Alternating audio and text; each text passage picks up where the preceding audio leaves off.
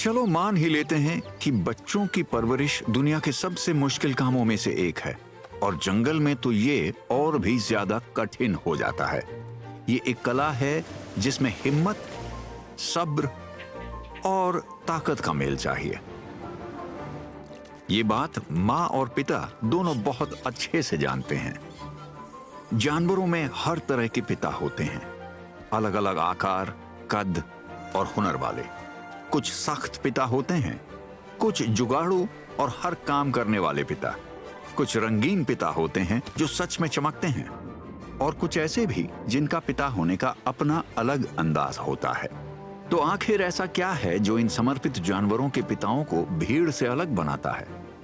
आइए एक दुनिया भर की यात्रा पर चलते हैं और इन शानदार पिताओं को काम करते हुए देखते हैं, जो अपनी अलग पीढ़ी को आगे बढ़ाने के लिए जो भी करना पड़े वो करते हैं। तैयार हो जाइए इन डेडिकेटेड एनिमल डैड्स के साथ कुछ अच्छा वक्त बिताने के लिए।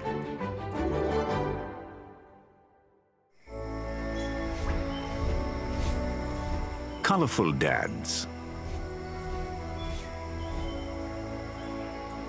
रंग जानवरों की दुनिया को रोशन कर देते हैं। ये फर और पंखों पर बिखरे होते हैं, जटिल आवाजों में सुनाई देते हैं और चमकदार व्यवहार में दिखाई देते हैं। जैसे कई रंगों वाले अफ्रीकन वाइल्ड डॉग पिता, चमकीले क्लाउनफिश, आग जैसे लाल फॉक्स और रंग बिरंगे कैसुएरी। तो आखिर ये पिता इतने रंगीन क्यों होते हैं? कुछ के लिए ये घुल मिल जाने के बारे में होता है, दूसरों के लिए ये अलग दिखने और साथी को आकर्षित करने का तरीका होता है ताकि वो पिता बन सकें। चमकदार और खूबसूरत ये ऐसे पिता हैं जो सबको हैरान कर देते हैं।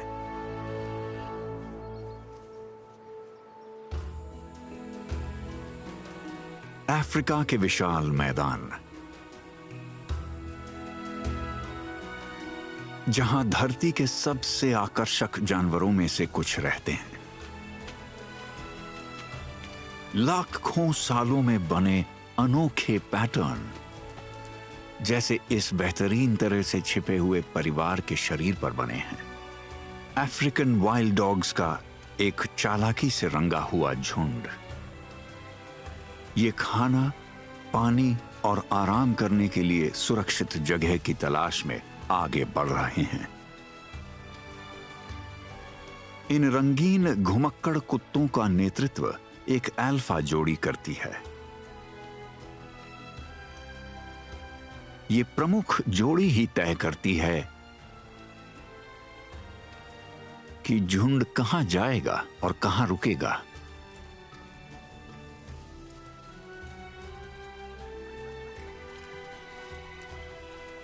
ऐसा काम करने के लिए अल्फा होना जरूरी है, क्योंकि हर बार करीब 10 शरारती बच्चे होते हैं। लेकिन मां और पिता अपने बच्चों को अकेले नहीं पालते, पूरा झुंड मिलकर नए सदस्यों को बड़ा करता है। पहले 4 हफ्तों तक मां ही उनकी देखभाल करती है। उसे ताकत देने के लिए पिता और बाकी झुंड खाना जुटाते हैं, लेकिन जल्द ही उसमें घूमने की इच्छा लौट आती है। इसलिए जैसे ही वो फिर से शिकार के लिए तैयार होती है, बच्चों की देखभाल की जिम्मेदारी बांटी जाती है। पिता अक्सर पीछे रहकर पहरा देता है,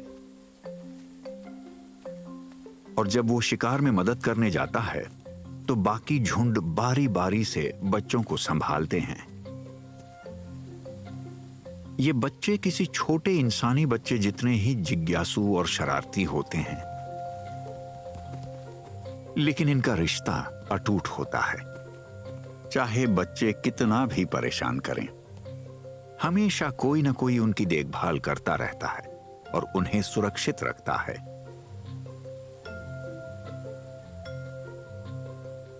इन धब्बेदार कुत्तों को पेंटेड वुल्फ्स भी कहा जाता है। इसमें कोई हैरानी की बात नहीं है। इनके मिट्टी जैसे रंग उनके घर से मेल खाते हैं, भूरे, काले, पीले और सफेद रंगों का मिश्रण। हर एक कुत्ते का रंग रूप अनोखा होता है। इनके बहुरंगी फर कुछ हद तक उंगलियों के निशानों जैसे होते हैं, क्योंकि कभी भी दो फर एक जैसे नहीं होते। एक चीज जो सब में समान होती है, पूंछ के सिरे पर चमकदार सफेद गुच्छा। ये सफेद गुच्छा इनके बीच इशारों का काम करता है और चलते समय पूरे परिवार को एक साथ रखता है। बाकी कुत्तों की तरह उनकी ये सफेद पूंछ उनके मूड को भी दिखाती है। पूंछ हिलाने का मतलब है सब ठीक चल रहा है। शिकार के समय इनके धब्बेदार फर एक खास काम करते हैं। ये सिर्फ छिपने के लिए नहीं होते, बल्कि इनके शरीर के पैटर्न झुंड की आकृति को तोड़ देते हैं, जिससे शिकार भ्रमित हो जाता है और झुंड जितना है उससे बड़ा लगता है। लंबे पैर, पतला शरीर और बहुत तीखे दांतों के साथ ये शिकार का पीछा करने और जीतने के लिए बने हैं। शिकार के बाद पिता और उसके साथी बच्चों को खिलाते हैं। यही वो समय होता है जब चीजें सच में रंगीन हो जाती हैं, क्योंकि ये अपने पेट से निकाला हुआ नरम खाना बच्चों को खिलाते हैं। ये घिनौना लग सकता है, बिल्कुल, लेकिन ये भी एक तरह का प्यार है। इस तरीके का इस्तेमाल सिर्फ खाना खिलाने के लिए ही नहीं किया जाता, बल्कि इससे भूखे बच्चे उसके पास ही रहते हैं और खाना ढूंढने के लिए खतरनाक जगहों पर नहीं जाते। पेट भरने के बाद ये आकर्षक झुंड थोड़ा आराम करता है। प्यार जताने और खेलने की वजह से इनके बीच लड़ाइयां बहुत कम होती हैं। ये घर पर भी उतने ही खुश रहते हैं जितने शिकार के दौरान। अफ्रीका की तेज धूप के नीचे आराम करने के लिए पानी से बेहतर कोई जगह नहीं है, लेकिन इन्हें हमेशा सतर्क रहना पड़ता है, क्योंकि यहां सिर्फ ये ही शिकारी नहीं हैं। ये कुत्ते शेर और हाइना के शिकार बन सकते हैं। बच्चों के बचने की संभावना कम होती है। इसी वजह से पालन पोषण को इतनी गंभीरता से लिया जाता है। इतने सारे पिता, चाचा और दूसरे सदस्यों के होने के बावजूद खतरा हमेशा पास रहता है। एक अकेला कुत्ता हाइना का सामना नहीं कर सकता, लेकिन एक बड़ा और रंग बिरंगा झुंड कर सकता है।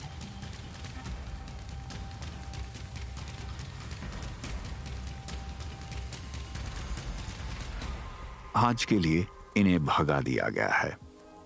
एक पिता के रूप में पेंटेड वुल्फ हर काम में माहिर होता है। भले ही उसके शरीर पर कई रंग हों, लेकिन उसकी सबसे बड़ी रचना उसका परिवार है, जिसे बचाने के लिए वो लड़ता है।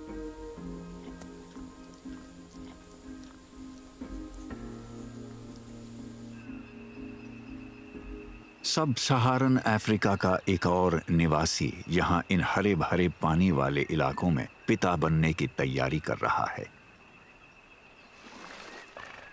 और नहीं, ये हिप्पो नहीं है, बल्कि उसके सिर पर बैठा छोटा सा पक्षी है। ये एक साहसी कदम है। अफ्रीकन जकाना के लिए हिप्पो सिर्फ एक सहारा भर है। इस रंगीन जीव में आत्मविश्वास स्वाभाविक होता है। अभी ये साथी की तलाश में है। अपने आकर्षक रंगों की वजह से इसे ज्यादा समय नहीं लगता।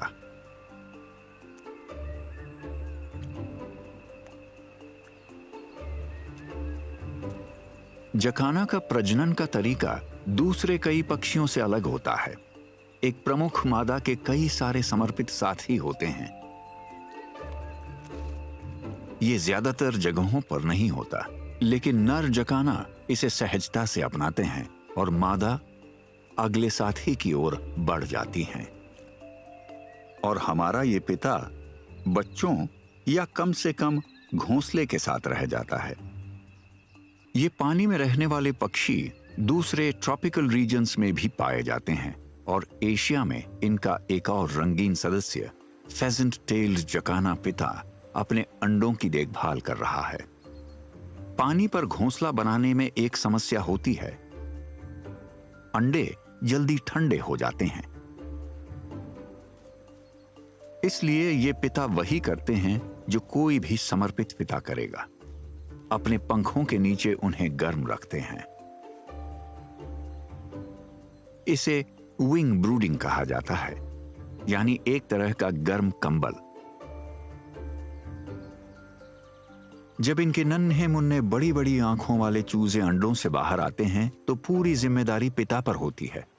करीब 2 महीनों तक ये अपने बच्चों की देखभाल करता है, जो उन्हें उनके दलदली घर की सैर कराने के लिए काफी समय है। वापस अफ्रीकन जकाना पिता के पास लौटते हैं। किसी चीज ने उसके बड़े बच्चों को डरा दिया है। वो अपना पुराना नुस्खा आजमाता है और उन्हें पंखों के नीचे छिपा लेता है। अब सबको समेटना थोड़ा मुश्किल है। खतरा टलने के बाद वो वापस उन्हें जिंदगी के तरीके सिखाना शुरू कर सकता है। यहां उड़ने की कोई ट्रेनिंग नहीं होती। जकाना उड़ने के लिए मशहूर नहीं है। इसके बजाय कक्षाओं में स्वच्छता के पाठ, हास्यास्पद रूप से बड़े पैरों को संभालना और उनका उपयोग करके असंभव लगने वाले काम करना सिखाया जाता है, जैसे पानी पर चलना। यही वजह है कि जकानास को कभी कभी जीसस बर्ड भी कहा जाता है। इनका बैलेंस बेमिसाल होता है। इन पिताओं के सर पर सिर्फ आसमानी नीले पंख नहीं होते, बल्कि आसमान छूती जिम्मेदारियां भी होती हैं। ये घोंसला बनाता है, अंडों को गर्म रखता है, बच्चों की देखभाल करता है और उनकी रक्षा भी। एक बढ़िया सा कंप्लीट पैकेज। मादाएं भले ही बहुत पहले ही चली गई हों, लेकिन ये अकेले पिता साबित करते हैं कि आदर्श पालन पोषण करने के लिए आपको किसी साथी की आवश्यकता नहीं है। कठोर पथरीले इलाके जो हवा, पानी और बर्फ से बने हैं, और फिर समुद्र में रंगों की झलक। किंग पेंगुइन के सुनहरे रंग इस फीके तट को रोशन कर देते हैं। अंडा देने के बाद ये मां समुद्र की ओर निकल जाती है ताकि खुद को मजबूत कर सके। वो करीब 2 हफ्तों तक नहीं लौटेगी।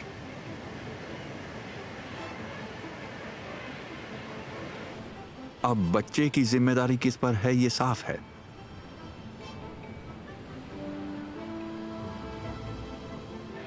पेंगुइन अपने पारिवारिक मूल्यों के लिए जाने जाते हैं, लेकिन किंग पेंगुइन पिता सबसे बेहतरीन पिताओं में से एक होते हैं। दुनिया के दूसरे सबसे बड़े पेंगुइन होने के बावजूद ये भले ही हैवीवेट चैंपियन ना हो, लेकिन ये निश्चित रूप से साल के सर्वश्रेष्ठ पिता होने के दावेदार हैं। एक बच्चे को बड़ा करना बहुत समर्पण मांगता है। ये माता पिता अपने बच्चों को बड़ा करने में 16 महीने तक लगाते हैं। अर्जेंटीना और एंटार्क्टिका के बीचों बीच साउथ जॉर्जिया आइलैंड में गर्मी का मौसम है और हजारों नए पिता बिना हिले खड़े होकर अपनी जिम्मेदारी निभा रहे हैं। ये घोंसला नहीं बनाते, बल्कि इनके शरीर में ही एक खास जगह होती है। इनके पास एक ब्रूड पाउच होता है जो एक छोटे बिस्तर जैसा होता है। जब तक मादा वापस नहीं आती, ये पिता अपने इस पाउच में अंडे को अपने पैरों पर रखता है और बिना किसी ब्रेक के ये काम करता है, अपने शरीर में जमी चर्बी की मेहरबानी से। इसका मतलब ये नहीं है कि वो कसरत करना नजरअंदाज कर रहा है। उसके शरीर में जमी चर्बी अंडे सेने के बीच उसे पोषण देती है। जब मादाएं दूर होती हैं तो इन नरों पर यह सुनिश्चित करने का दबाव होता है कि उनका अंडा कभी ठंडी जमीन को न छुए। अंत में मादाएं सर्फिंग करते हुए घर लौट आती हैं। ये मादा भीड़ में से आवाज लगाती है। हजारों की कॉलोनी में सिर्फ उसका साथी ही जवाब देता है। दोनों अपने साथी की आवाज को पूरी तरह से जानते समझते हैं। फिर मां और पिता बारी बारी से काम करते हैं। अंडा फूटने तक इन दोनों के लिए लगभग 1 हफ्ता काम और 1 हफ्ता आराम का समय होगा। इस भूखे पिता के लिए मछली पकड़ने जाने का समय आ गया है। किनारे पर उनके काले और सफेद पंख आसानी से नजर आ जाते हैं, लेकिन समुद्र में ये रंग भ्रम पैदा करते हैं। नीचे से देखने पर उनके सफेद पेट धूप से जगमगाती सतह में घुल मिल जाते हैं और ऊपर से देखने पर उनकी पीठ गहरे अंधेरे पानी में विलीन हो जाती है। ये एक चतुर अनुकूलन है जिसे काउंटर शेडिंग कहा जाता है। एक टक्सीडो जो 2 रंगों वाले जीवन रक्षक सूट में बदल जाता है और उनके आकर्षक सुनहरे नारंगी रंग। इनका उद्देश्य क्या है, ये अभी एक रहस्य है। वैज्ञानिकों का मानना है कि ये शक्ति का प्रतीक है, अपने साथी को ये सबूत देने का कि वो आगे आने वाली मैराथन में जिंदा रहने के लिए पूरी तरह सक्षम है, जो अब शुरू होती है।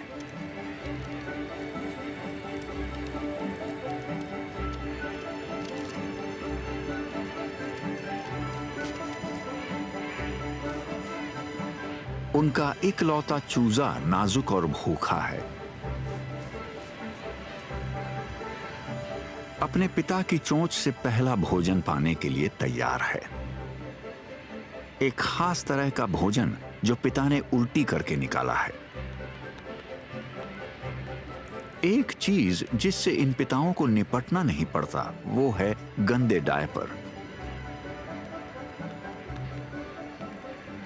6 हफ्ते बाद उनका अनमोल बच्चा हमेशा के लिए उनके आरामदायक पंजों से उतर जाता है। आजाद पैर यानी इस बच्चे को पीठ खुजलाने का मौका मिलता है। धरती के दूसरे छोर पर एक और ठंडे इलाके का पिता आर्कटिक फॉक्स इधर उधर घूम रहा है। भूत की तरह सफेद होने की वजह से ये इस जमी हुई धरती पर लगभग एक अदृश्य ब्रश स्ट्रोक जैसा लगता है।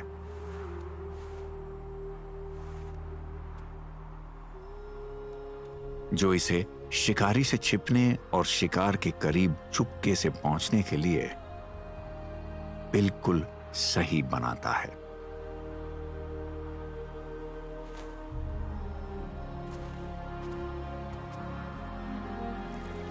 मौसम गर्म हो रहा है, जिसका मतलब है कि यह पिता अपनी बर्फीली सर्दियों वाली पोशाक को बदलकर एक ज्यादा रंगीन बसंत के कपड़ों में आ जाएगा।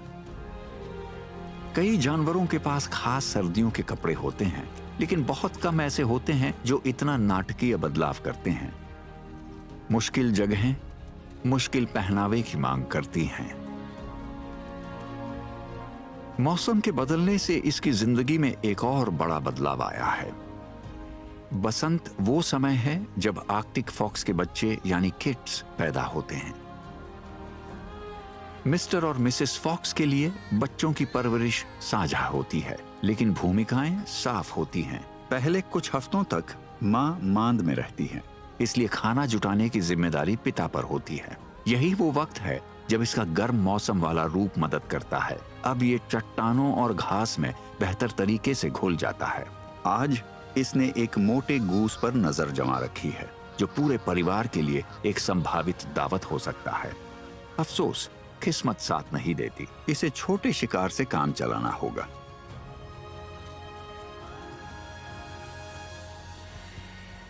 माँ के दूध और पिता के स्वादिष्ट खाने की वजह से बच्चे अब आखिरकार इतने बड़े हो गए हैं कि मांद के बाहर खोजबीन कर सकें।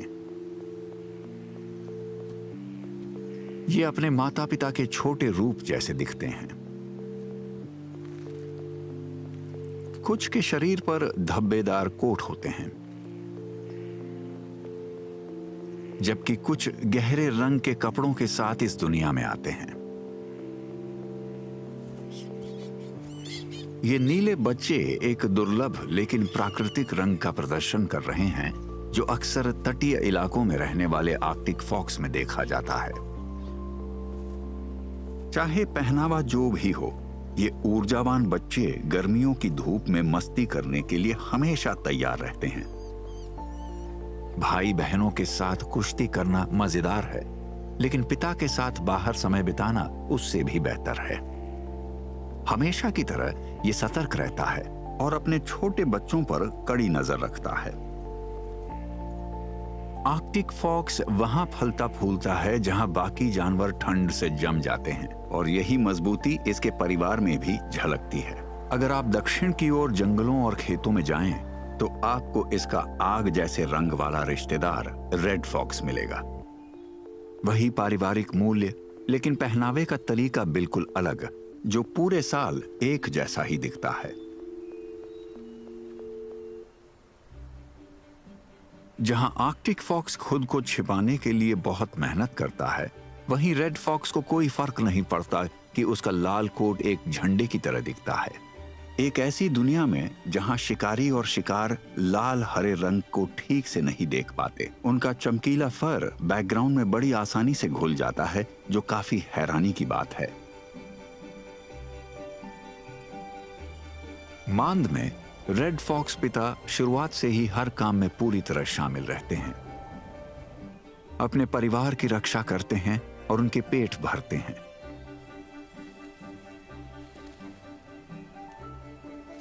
जब रेड फॉक्स के बच्चे पहली बार जंगल में आते हैं, तो उनका रंग धूसर भूरा होता है। करीब 1 महीने बाद ही उनके फर में रंग विकसित होता है और वो वही पारंपरिक लाल नारंगी रंग बनता है जो उनके पिता के शरीर पर होता है। और जब तक वो अपने गुरु जैसे दिखने का इंतजार करते हैं, तब तक वो खेलते हैं।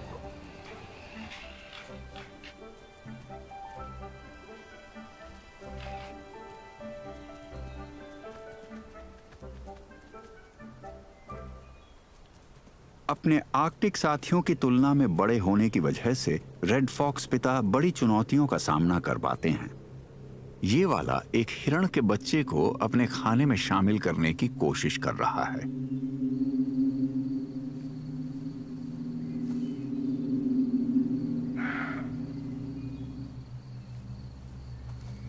लेकिन लगता है कि इसने अपनी क्षमता से ज्यादा बड़ा शिकार चुन लिया है।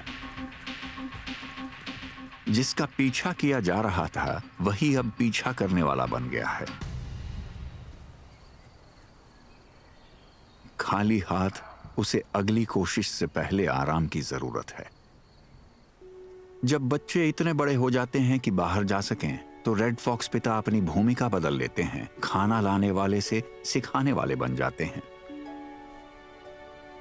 खेल खेल में लड़ाई अब शिकार की प्रैक्टिस बन जाती है।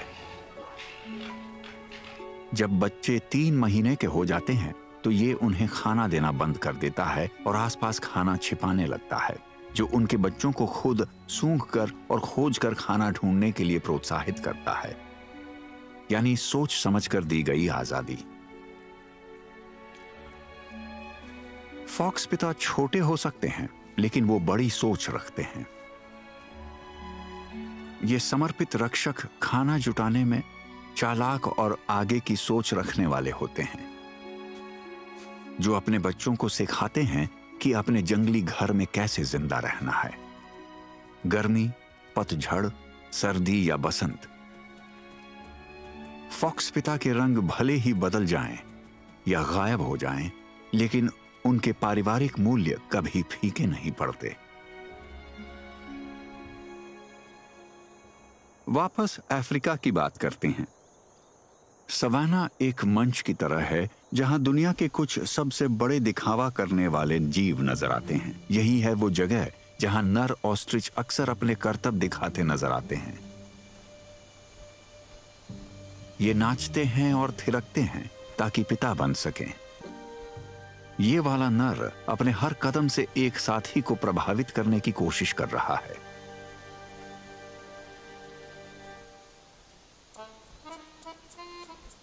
उसे जीतने के लिए इसे अपनी जिंदगी की सबसे बड़ी परफॉर्मेंस दिखानी होगी।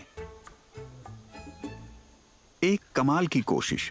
आखिर इतने सारे आने वाले जीवन इसी पर तो निर्भर करते हैं।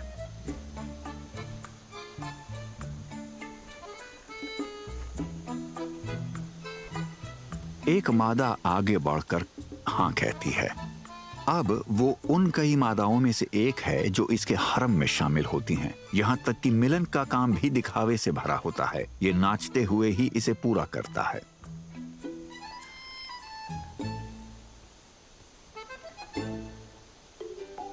एक ऐसे पिता के लिए जिसे नाटकीयता पसंद है, इसका घोंसला कोई साधारण जगह नहीं है। ये जमीन में बना एक सामूहिक गड्ढा होता है जिसमें इसकी कई मादाओं के अंडे होते हैं। लेकिन इतनी सारी भीड़ में से सिर्फ ये और प्रमुख मादा ही उनकी देखभाल की जिम्मेदारी उठाते हैं। अगले 45 दिनों तक बच्चों की परवरिश साझा होती है। यही वो वक्त है जब इनके अलग अलग रंग काम आते हैं। हल्के भूरे रंग वाली माएं दिन में बैठती हैं ताकि वो अपने आसपास के माहौल में घुल जाएं। फिर रात में गहरे रंग वाले पिता ये काम संभालते हैं। जब ये मादा अंडों को गर्म रख रही होती है तो पिता धूल में नहाने के लिए वक्त निकालता है। इसे अपने पंखों को बेहतरीन हालत में रखना होता है।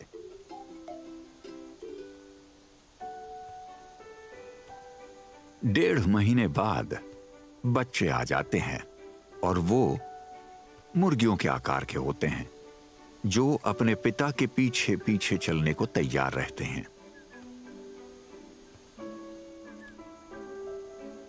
भले ही इसके बच्चे पैदा होते ही चल और खा सकते हैं, लेकिन पिता का काम खत्म नहीं होता। ये उन्हें एक कठिन दुनिया में बड़ा कर रहा है। ये उनकी रक्षा करता है और गर्व से उन्हें सिखाता है कि अफ्रीकन जंगल का सबसे बड़ा और सबसे ताकतवर पक्षी कैसे बनना है। इनके इलाके में घूमना कोई आसान काम नहीं है। यहां बहुत सारे खतरे हैं और यही वो वजह है जिसके लिए इनके लंबे और मजबूत पैर होते हैं लड़ने या भागने के लिए।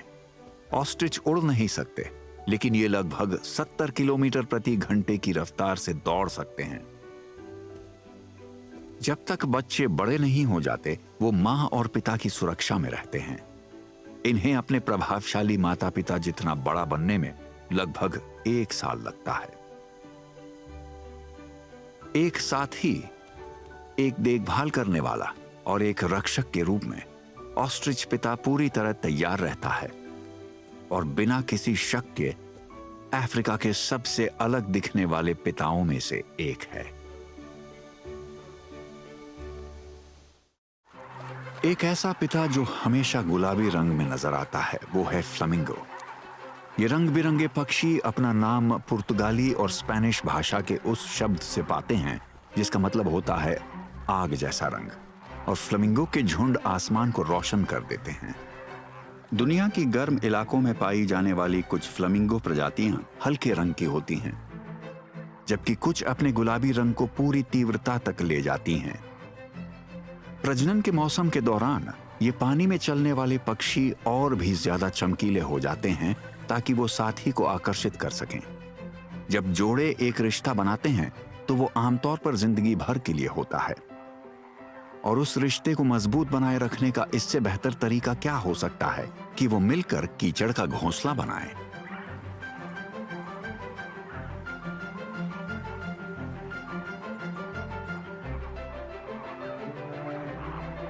एक छोटे से ज्वालामुखी जैसा जो इतना ऊंचा होता है कि उनका इकलौता अंडा बाढ़ के पानी और शिकारी से सुरक्षित रहे। इतने ऊंचे प्लेटफॉर्म के बावजूद पिता के लिए यह रास्ता अभी भी लंबा है, लेकिन फिर भी वो किसी तरह अपने पैरों को समेटकर बैठ जाता है। 1 महीने तक चलने वाली इस प्रक्रिया में ये गुलाबी माता पिता बारी बारी से अपने अंडे की देखभाल करते हैं।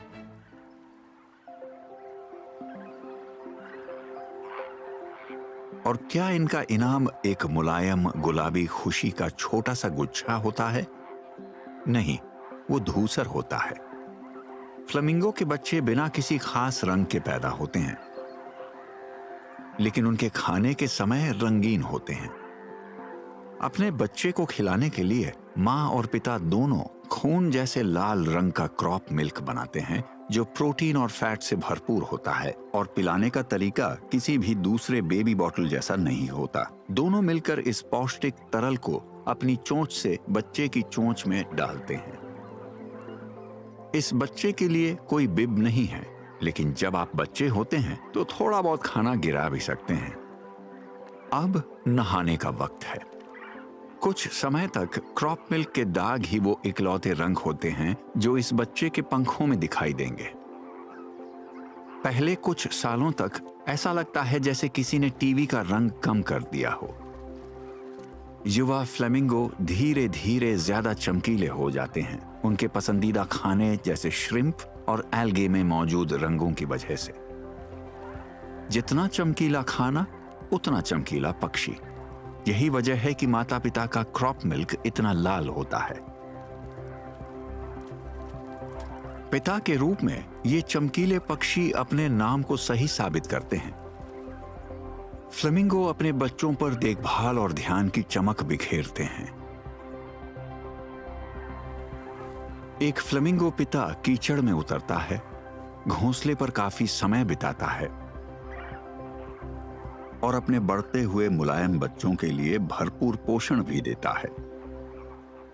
अपने खास पंखों की तरह इन पक्षियों के लिए पिता बनना भी बहुत खास होता है। पूरी दुनिया की यात्रा करते हुए हम साउथ ईस्ट एशिया के बोर्नियो द्वीप पर पहुंचते हैं, जो बायोडायवर्सिटी का एक बड़ा केंद्र है। नदियां मैंग्रोव जंगलों के बीच से होकर गुजरती हैं। पहली नजर में ये खाली लगती हैं, लेकिन ध्यान से देखने पर इन पेड़ों में जीवन दिखाई देता है, और वो शानदार है।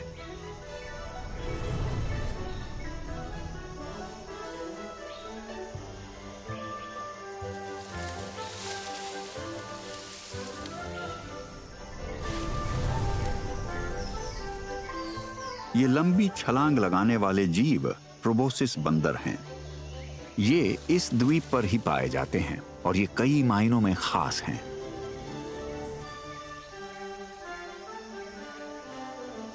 ये एक ऐसा जानवर पिता है जो दिखने में थोड़ा अलग है, लेकिन इसके बारे में ये कुछ नहीं कर सकता।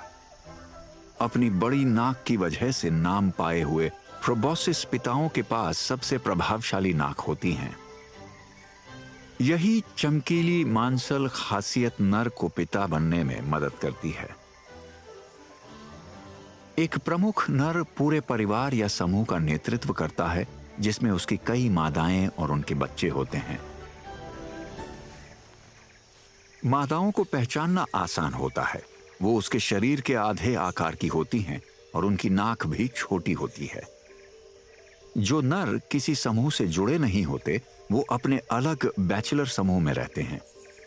ये नर कितने भी शानदार क्यों ना हो, स्थानीय मादाओं के लिए उनकी कम प्रभावशाली नाक उन्हें दौड़ से बाहर कर देती है। एक मादा के लिए जितनी बड़ी नाक उतना बेहतर पिता। इसकी लटकती हुई नाक एक बिलबोर्ड की तरह होती है, जो इसकी सेहत और ताकत का प्रतीक है, और ये दिखाती है कि वो अपना दबदबा कैसे कायम करता है। जैसे ही कोई खतरा दिखाई देता है, इसकी बड़ी नाक काम पर लग जाती है।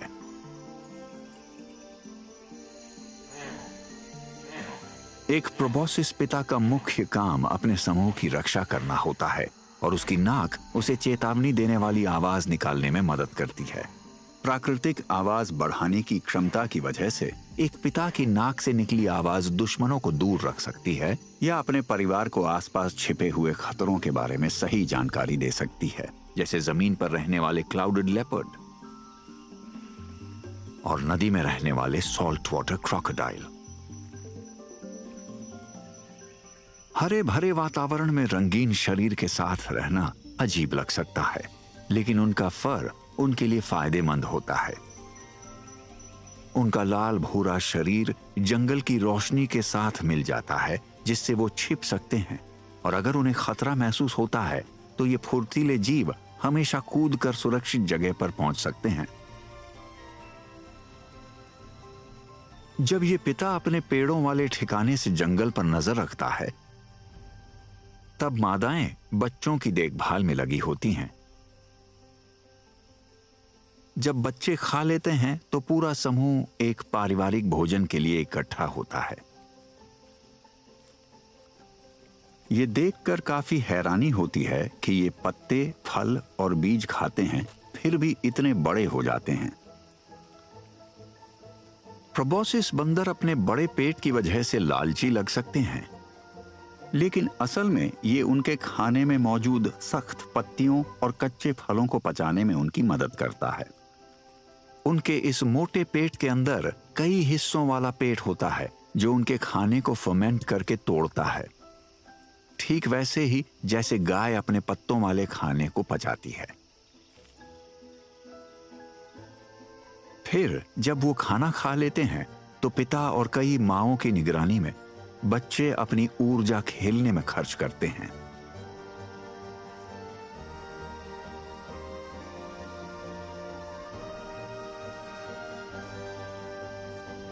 बोर्नियो के जंगलों में प्रोबोसिस पिता सच में अपनी पहचान बनाना जानते हैं।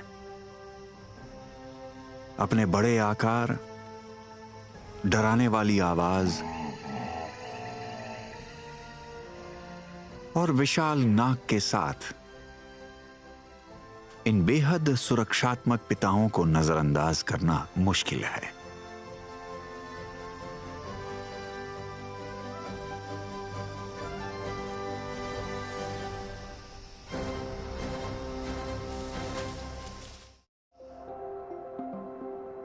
दुनिया के सबसे शानदार वातावरणों में से एक है ऑस्ट्रेलिया का ग्रेट बैरियर रीफ। पानी के ऊपर और नीचे ये ऐसा लगता है जैसे कोई कलाइडोस्कोप जिंदा हो गया हो। और इसी रंग बिरंगी दुनिया के बीच क्लाउनफिश खुद को पिता बनने के लिए गोल्ड स्टार दिलाते हैं। और ये एक ऐसा काम है जो वो पूरी तरह अकेले करते हैं। जैसे ही मादा अपने अंडे देती है, वो चली जाती हैं। इसके बाद ये पिता पर निर्भर करता है कि वो उन्हें फर्टिलाइज करे और लगातार उनकी देखभाल शुरू करे। जब पेरेंटिंग की बात आती है तो ज्यादातर मछलियों की छवि थोड़ी खराब होती है, लेकिन क्लाउनफिश पिता इस सोच को पूरी तरह तोड़ देते हैं। समर्पण ही इनका मंत्र है। इस कॉमन क्लाउनफिश ने अभी अभी 10 दिन की निगरानी शुरू की है। इसके आने वाले बच्चे अभी बस कोरल पर फैले चमकीले धब्बों जैसे हैं। भले ही क्लाउनफिश पिता छोटे होते हैं, लेकिन वो बड़ी जिम्मेदारियां उठाते हैं। ये एक साथ दाई, रक्षक और सफाई करने वाले होते हैं। चौथे दिन तक अंडों पर दिखने वाले लाल धब्बे इस कॉमन क्लाउनफिश पिता को बताते हैं कि अब तक सब ठीक चल रहा है। ये भले ही सिंगल पेरेंट हो, लेकिन ये अकेला नहीं है। दोस्तों की क्या जरूरत जब आपके पास एनेमोनी हो। एक क्लाउनफिश समुद्री एनेमोनी के टेंटेकल्स के बीच सुरक्षित रह सकता है। ये चमकीली मछलियां उनके डंक से सुरक्षित रहती हैं, क्योंकि इनके शरीर पर म्यूकस की एक चिकनी परत होती है। बदले में ये अपने एनेमोनी को साफ और खाना खिलाकर रखता है, जो जानवरों की दुनिया की सबसे रंगीन साझेदारियों में से एक है। छठे दिन इसे महसूस होता है कि कोई इसे देख रहा है। छोटी छोटी चांदी जैसी आंखें इसे घूरने लगती हैं। ये शायद सबसे प्यारे बच्चे ना हों, लेकिन ये पिता कभी रुकता नहीं है, लगातार अपने अंडों को ताजी ऑक्सीजन देता रहता है और धीरे धीरे गंदगी के कणों को हटाता है जो इस नाजुक घोंसले को नुकसान पहुंचा सकते हैं। पास ही एक पिंक स्कंक क्लाउनफिश भी अपने दिनों की गिनती कर रहा है, लेकिन कम से कम उसके बच्चों की मां, जो उससे बड़ी होती है, कभी कभी वापस आकर मदद कर देती है। हमारा कॉमन क्लाउनफिश पिता और उसके अंडे अब 10वें दिन तक पहुंच चुके हैं और उसके बच्चे अब धारा में निकलने के लिए लगभग तैयार हैं।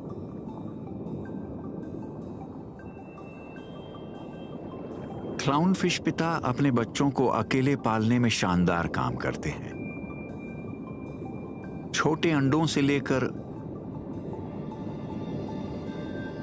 फुर्तीले बच्चों तक। नर्सरी में 10 व्यस्त दिनों के बाद ये रंगीन पिता सच में समुद्र के सबसे बेहतरीन पिताओं में अपनी जगह बना लेता है।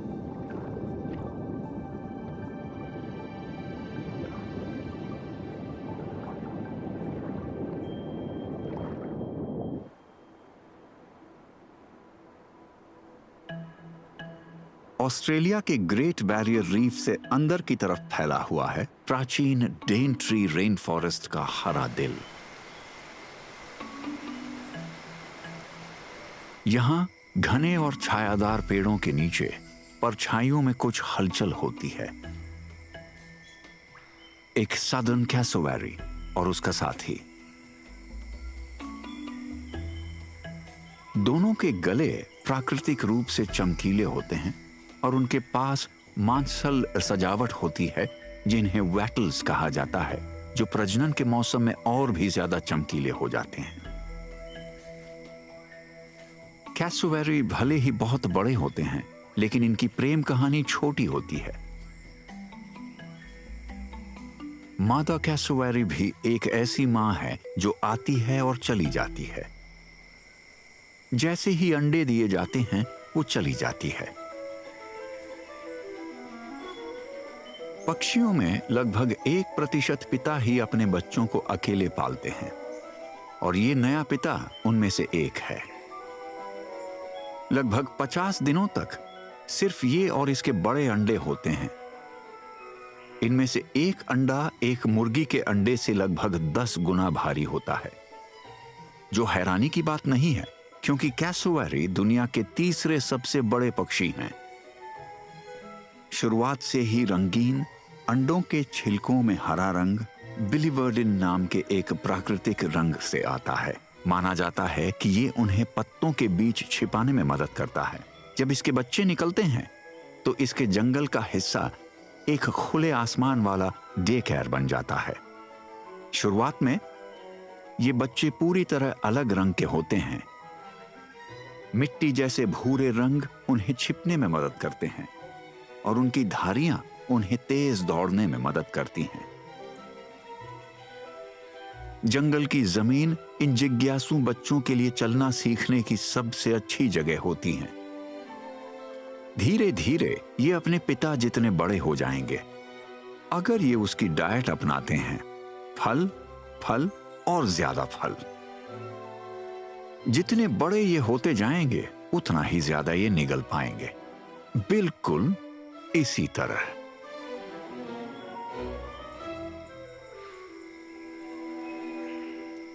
अगर पिता खा रहा है तो ये अच्छा ही होगा।